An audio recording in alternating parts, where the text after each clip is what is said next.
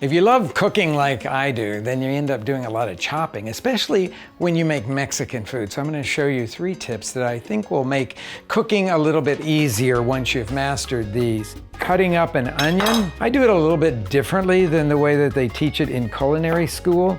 I cut the end off that has the root in it, and then I cut all the way across it in, well, depends on what size little dice I want.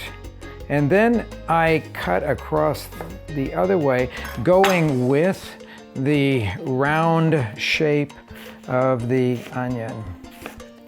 I've done it this way for all my life. When I get to that part, I go at it like this, and I've got really nice dice there.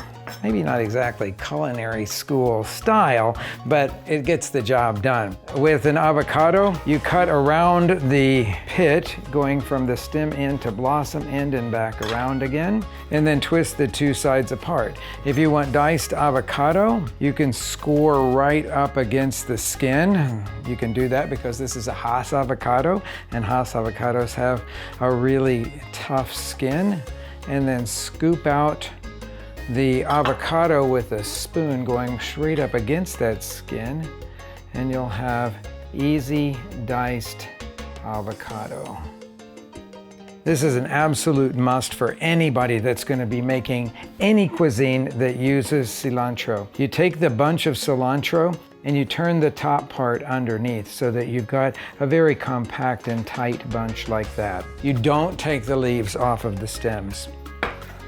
And then you cut across it very thinly into what chefs would call a chiffonade, cutting through the leaves and the stems and everything.